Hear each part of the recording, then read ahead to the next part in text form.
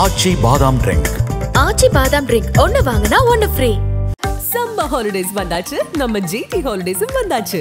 GT holidays South India's #1 travel brand. மார்க்கெட்லயே கம்மி சேதாரத்துல இன்னும் 1% தள்ளுபடி கொடுப்போம். ஓகே, வைரநக கேரட்டுக்கு 5000 தள்ளுபடி கொடுப்போம். தள்ளுபடி திருவிழா. மாணவி சீனிவாசன் சொல்றாங்க, மும்மொழி கொள்கையில படித்த பிற மாநிலத்தை சேர்ந்தவர்களும் நல்ல நிலைக்கு உயர்நிலைக்கு வந்திருக்கிறாங்க. தேவைன்னா படிச்சுட்டு போறது. மாணவர்கள் விரும்பும்போது நீங்க ஏன் தடுக்கிறீங்கன்னு கேக்குறாங்க. மாணவர்கள் நாங்க தடுத்தோம்.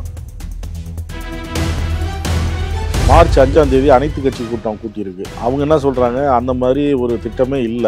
அப்படி இருக்கும்போது இந்த கூட்டம் எதுக்கு? 2001 நீங்க பண்ணும்போது இப்ப 2026 நீங்க பண்ணிதான் ஆகணும். அதுல மாற்று கருத்தே கிடையாது. இத முதல்ல பேசுனது நாம நீங்க கிடையாது. பேசுனது யாரு? மோடி. தெலுங்கானாட்டுல தொகுதி மறுசீரமைப்பு பண்ணுவாங்க. தொகுதி மறுசீரமைப்பு பண்ணா தொகுதிகள் தென் மாநிலங்களுக்கு குறையும் சொன்னது நாங்க இல்லை.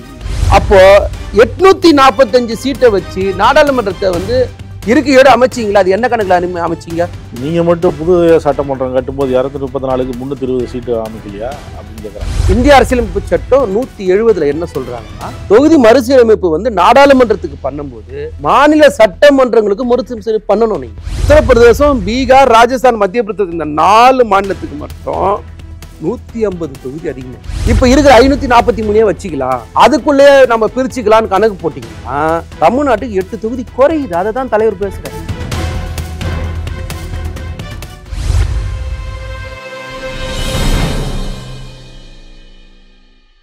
ஆளுநர் இதுக்கு சொல்றாரு, இங்க இருக்கிற மாணவர்கள், இங்க இருக்கிற இளைஞர்கள் பிற மாநில மாணவர்களோட ஒப்பிடுகையில் இவங்களுக்கு ஏதோ ஒன்று நமக்கு குறைபாடாக இருக்குதுன்னு நினைக்கிறாங்க.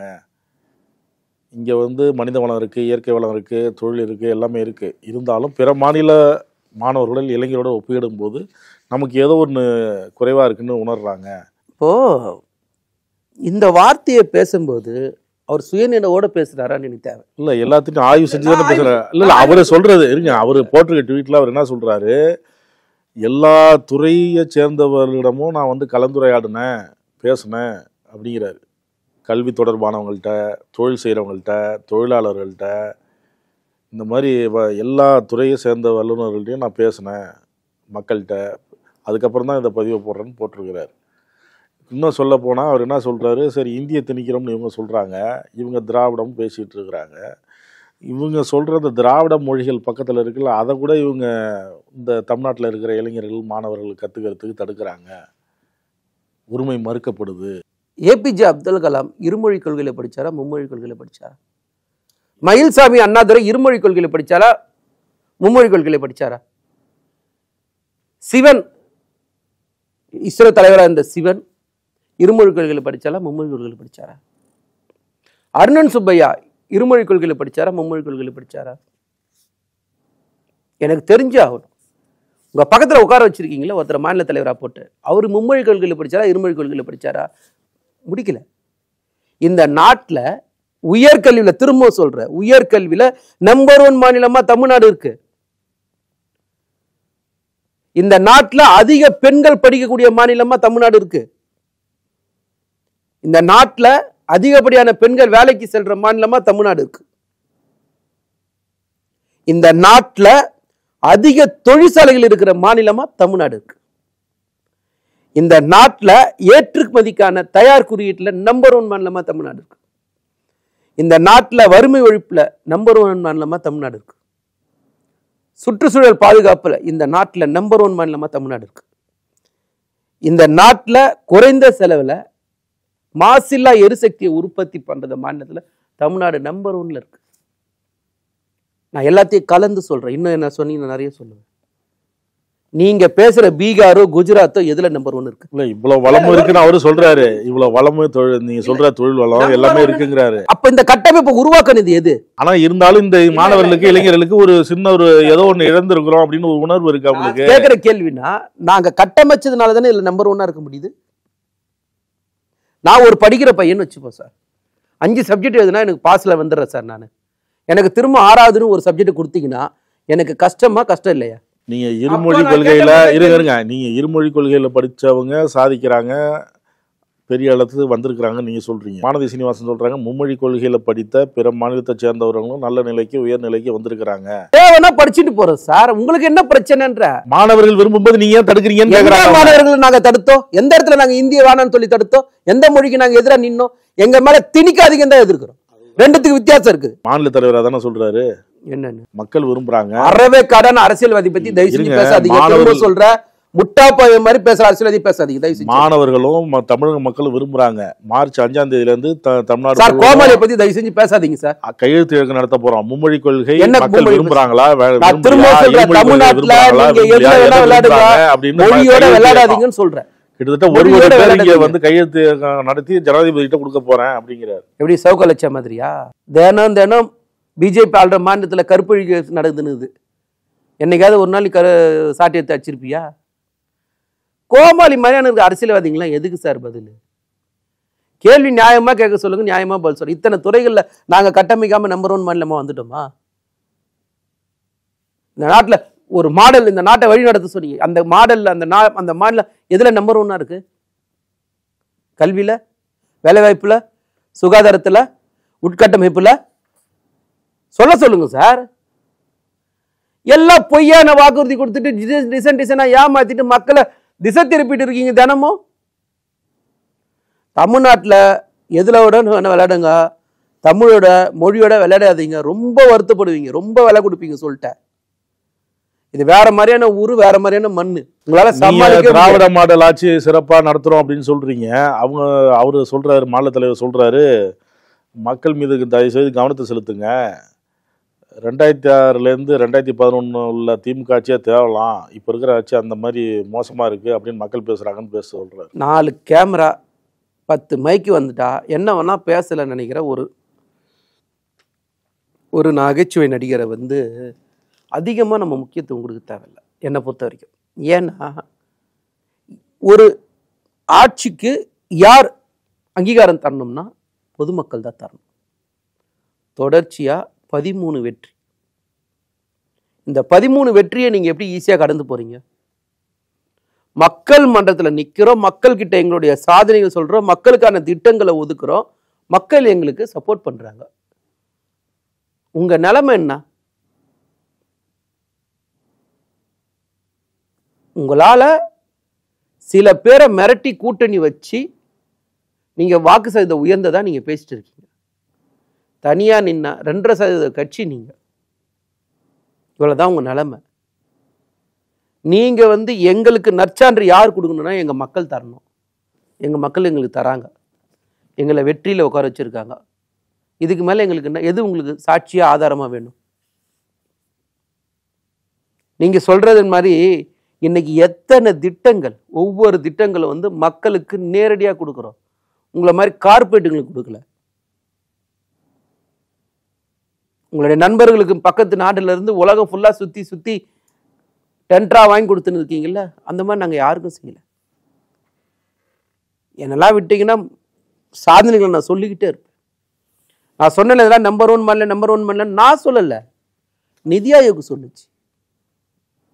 இந்த பட்ஜெட்டை வாசிக்கிறதுக்கு முன்னாடி கல்வியில் நாங்கள் எங்கே உயர்ந்திருக்கிறோம்னு சொல்லிட்டு வரைவில் சொன்னாங்களே.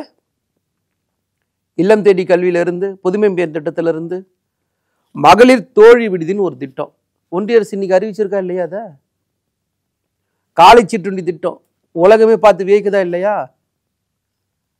புதுமை பெண் திட்டம் நாங்கள் கொடுக்க ஆரம்பிச்சது எல்லா மாநிலத்திலும் கொடுத்துட்டு இருக்கீங்க. பெண்கள் உரிமை தொகை நாங்கள் கொடுக்கறத பார்த்தா நீங்க டெல்லியில பிஜேபி வாக்குறுதி கொடுத்தது. எத்தனை திட்டங்கள் சொல்லணும்? எல்லாம் தெரியவே தெரியாதா? அந்த நகைச்சுவை நடிகருக்கு இல்லைன்னா வேற என்ன பொருந்துமோ அதை நீங்க போட்டுங்க. அது மாதிரி ஒரு அரசியல்வாதிய தமிழ்நாடு அரசியல் பார்த்ததே இல்லை, இனி பார்க்கவும் பார்க்காது. மார்ச் 5ஆம் தேதி அனைத்து கட்சி கூட்டம் கூட்டியிருக்கு. தொகுதி மறுசீரமைப்பு தொடர்பா இந்த கூட்டம் நடக்குது. அவங்க என்ன சொல்றாங்க, அந்த மாதிரி ஒரு திட்டமே இல்லை, அப்படி இருக்கும்போது இந்த கூட்டம் எதுக்கு அப்படின்னு பாஜக மாநில தலைவர் கேட்கிறார். அமித்ஷா தெளிவா சொல்லிட்டாரு, ஒரு தொகுதி கூட குறைக்கப்படாது. நான் ஒரு விஷயம் தெளிவா நீங்க யோசிச்சு பாருங்களேன். தொகுதி மறுசீரமைப்பு பண்ணமா பண்ணக்கூடாது? முதல்ல 2026 நீங்க பண்ணி தான் ஆகணும். ஏன்னா 1951 தொகுதி சீரமைப்பு பண்றாங்க. அன்னைக்கு ஒரு தொகுதிக்கு 7,30,000 பேர்னு கணக்கு வச்சு 494 தொகுதிகள் உருவாக்குறாங்க. அதுக்கப்புறம் 1961 8,40,000 வாக்காளர்னு முடிவு பண்ணி 522 தொகுதியில உருவாக்குறாங்க. அதுக்கப்புறம் 1971 10,10,000 வாக்குகள்னு முடிவு பண்ணி 543 தொகுதிகள் உருவாக்குறாங்க. அப்ப 75 என்ன பண்றாங்கன்னா, நாட்டை கட்டமைக்கணும், வளர்ந்த மாநிலங்கள் வளராத மாநிலங்கள்னு ஒரு பிரிவு உருவாக்கி எல்லா மாநிலங்களும் சமமா வளரணும்னு சொல்லிட்டு ஒன்றிய அரசு என்ன பண்ணுதுன்னா 25 வருஷத்துக்கு தள்ளி வைக்கிறாங்க. 25 வருஷத்துக்கு தள்ளி வைக்கும் போது 42வது பிரிவை திருத்துறாங்க. அரசியலமைப்பு சட்டத்தை பிரித்து தான். ஏன்னா அரசியலமைப்பு சட்டத்தில் 10 வருஷத்துக்கு ஒரு தடவை நீங்க மக்கள் தொகை கணக்கெடுப்பு எடுக்கணும், அது எடுத்த உடனே தொகுதி மறுசீரமைப்பு பண்ணணும் அப்படின்னு ஒரு இருக்கும்போது இது 25 வருஷம் தள்ளி விடும் போது நீங்க அரசியலமைப்பு சட்டத்தை திருத்தணும். திருத்தி தான் அந்த 25 வருஷத்துக்கு தள்ளி போடுறாங்க. திரும்பவும் 2021 வாஜ்பாய் பீரியட்ல திரும்பவும் 25 வருஷத்துக்கு ஒத்தி வைக்கிறாங்க. அப்ப திரும்ப அரசியலமைப்பு சட்டத்தை திருத்துறாங்க. அந்த அடிப்படையில் 2001 நீங்க பண்ணும்போது இப்ப 2026 நீங்க பண்ணிதான் ஆகணும். அதுல மாற்று கருத்தே கிடையாது. அப்போ பண்ணணும்னு வரும்போது இதை முதல்ல பேசுறது நாம நீங்க கிடையாது. ஐயா மோடி தான் தெலுங்கானா பிரச்சாரத்துல பேசுறாரு. இதை பத்தி யார் பேசுனதுன்னா அதுதான் சொல்றேன். அந்த நகைச்சுவை நடிகருக்கு அதுதான் நீங்க சொல்லணும். பேசுனது யாரு? மோடி. தெலுங்கானாத்துல தொகுதி மறுசீரமைப்பு பண்ணுவாங்க, தொகுதி மறுசீரமைப்பு பண்ணா தொகுதிகள் தென் மாநிலங்களுக்கு குறையும் சொன்னது நாங்க இல்லை, நீங்க. நான் வீடியோ ஆதாரம் தரேன், சொல்லிட்டீங்க. இப்போ இன்னொரு கேள்வி வச்சுப்போம். பெரிய சாதனையா பேசுறாங்க, அது எப்ப நடைமுறைப்படுத்தப்படுவோம் தெரியாது. மகளிருக்கான இடஒதுக்கீடு கொடுக்கும்போது என்ன சொன்னீங்க? அடுத்த தொகுதி மறுசீரமைப்பு பண்ணும் போதோ மக்கள் தொகை கணக்கெடுப்பு எடுக்கும் போதும் தான் இதை நடைமுறைப்படுத்துவோம் சொன்னீங்களா இல்லையா? இப்போ அடுத்த மக்கள் தொகை கணக்கெடுப்பு எப்போ? 21 எடுத்திருக்கணும். நீங்க கொரோனாவை காலம் காட்டி மக்கள் தொகை கணக்கெடுப்பு எடுக்கல. தொகுதி மறுசீரமைப்பை 26 எடுக்கணும், நீங்க அதுவும் எடுக்கல. ஸோ இது ரெண்டுமே பெண்டிங்ல இருக்கு. பெண்டிங்ல இருக்கிற ஃபைலை பத்தி பேசுனதும் நாங்க இல்லை, நீங்க தான் பேசின. நீங்க உங்களுக்கு நாங்க பதில் சொல்லணும். அப்ப எந்த வகையில நீங்க தொகுதி மறுசீரமைப்பு பண்ணுவீங்க? மக்கள் தொகை கணக்கெடுப்பு பண்ணி தான் பண்ணணும், அதான முறை. அப்போ 845 சீட்டை வச்சு நாடாளுமன்றத்தை இருக்கையோடு அமைச்சிங்களா? அது என்ன கணக்குல அமைச்சிங்க? அந்த 840 மேல அமைக்கும் போது அது எதை நோக்கமா வச்சு ஆரம்பிச்சீங்கன்னு சொல்லுங்க. பதில். நீங்க மட்டும் புது சட்டமன்றம் கட்டும்போது 234க்கு 320 சீட்டு அமைக்கலையா அப்படின்னு கேட்கறாங்க. அதுதான் நாங்களும் சொல்ல வரோம். 848 எடுத்துன்னு வரணும்னு நீங்க முடிவு பண்றீங்க. 848 எடுத்துன்னு வரும்போது தொகுதிகள் மாறும். ஒரு விஷயம் அதுதான் அந்த நபர்களுக்கு தெரியலன்ற.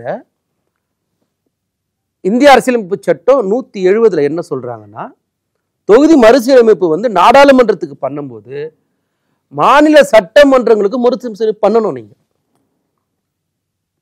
அதுதான் அரசியலமைப்பு சட்டம் சொல்லுது. அதுதான் திரும்ப திரும்ப சொல்றோம். ஸோ இது ஒன்னோட ஒன்று தொடர்புள்ள ஒரு விஷயம். இந்த ஒன்னோட ஒன்று தொடர்புள்ள ஒரு விஷயத்துல நீங்க எப்படி கடந்து போறீங்க? நாங்க எங்க கேட்கிறோம்னா, நீங்க இந்த 1975 25 வருஷத்துல மக்கள் தொகை கட்டுப்படுத்தணும் அப்படின்னு நீங்க சொன்னீங்கல்ல, அதை நாங்க கேட்டோம்ல. கேட்டதுனால நாங்க மக்கள் தொகை கட்டுப்படுத்திட்டோம்ல.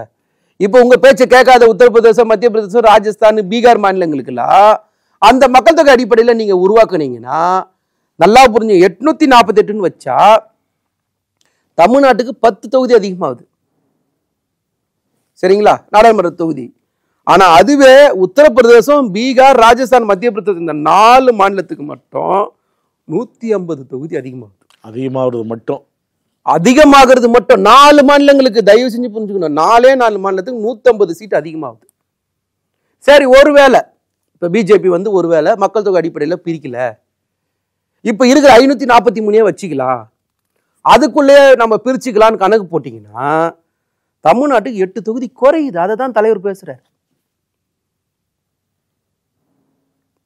அப்படி கணக்கு போட்டீங்கனால இந்த 4 மாநிலத்துக்கு உத்தரப்பிரதேசத்துக்கு 11, பீகாருக்கு 10, ராஜஸ்தானுக்கு 6, மத்திய பிரதேசத்துக்கு 4 கணக்கு பண்ணா 31 தொகுதி அந்த அடிப்படையிலும் அதிகமாகுது. அப்போ எந்த கணக்கு போட்டாலும் வட மாநிலங்களை வச்சு தேர்தலை சந்திச்சு ஈஸியா ஆட்சிக்கு வந்துடலாம் அப்படின்னு கணக்கு போடுறாங்க. திரும்ப சொல்ல, இன்னைக்கு பிஜேபி இருக்கு, நாளைக்கு வேற யாரும் அங்க இருக்கலாம், அதுக்குள்ள போல. ஆனா இன்னைக்கு நம்மளுடைய உரிமை விட்டீங்கன்னா நாளைக்கு திரும்ப திரும்ப நம்ம மேல இப்படி தானே நசுக்குவாங்க. இது ஒரு மாநில உரிமை, அதுதான் பிரச்சனை. இன்னைக்கு நீங்க விட்டு கொடுத்தீங்கன்னா மொத்தத்தையும் நீங்க விட்டு கொடுங்க. ஆனால் தான் அனைத்து கட்சி கூட்டத்தை நம்ம கூட்டுறது. இந்த புரிதல் முதல்ல இருக்கணும். அமித்ஷா சொல்லிட்டார். என்ன சொன்னார் அமித்ஷா? இந்த நாடு பாதுகாப்பா இருக்குன்னு சொன்னார். பாதுகாப்பு இருக்கா? மணிப்பூர்ல கலவரமே இல்லைன்னு ஒரு கட்டத்துல அப்படி இருக்குதா? எல்லைகள் பாதுகாப்பா இருக்குன்னு சொன்னார். இந்த நாட்டு உள்துறை அமைச்சர் பாதுகாப்பா வச்சிருக்காரா? அமித்ஷா சொல்லிட்டார். அமித்ஷா நாடாளுமன்றத்தில் ஒண்ணு பேசுறீங்க, வெளில வந்து பொய்ய பேசிட்டு இருக்கீங்க. உங்களை நமக்கு எப்படி நம்புறது? சோ எல்லாமே சார் ஒன்னு விஷயம் தவறாம எல்லாத்துலயுமே பிஜேபி வாட்ஸ்அப்ல வர்றதுலயும் வாய்க்கு வந்த பொய்யை மட்டுமே பேசி அரசியல் பண்றாங்க. அது ரொம்ப நாளைக்கு நீடிக்காது. உணர்ந்தா நல்லது. இல்லைன்னா தமிழ்நாட்டு மக்கள் வெகு விரைவில் பிஜேபி ஏற்கனவே ஒன்றும் இல்லாத இங்க கட்சி திரும்பவும் அது பூஜ்ஜியத்தை நோக்கி போகும். கருத்துக்களை பார்த்து நன்றி. நக்கீரன் டிவிக்கு சப்ஸ்கிரைப் செய்யுங்கள். உங்கள் ஆதரவே எங்கள் பலம். ஆசிரியர்களுக்கு நண்பனாகவும் மாணவர்களுக்கு ஆசானாகவும் திகழும் தேர்வு வழிகாட்டி. ஒவ்வொரு பாடத்திற்கும் அனுபவமிக்க ஆசிரியர்களின் துல்லியமான தெளிவான விடைகள். CNC இருக்கு, தேர்வு பயம் எதற்கு? இது தீரன் பப்ளிஷிங் ஹவுஸ் விற்பனை வெளியீடு.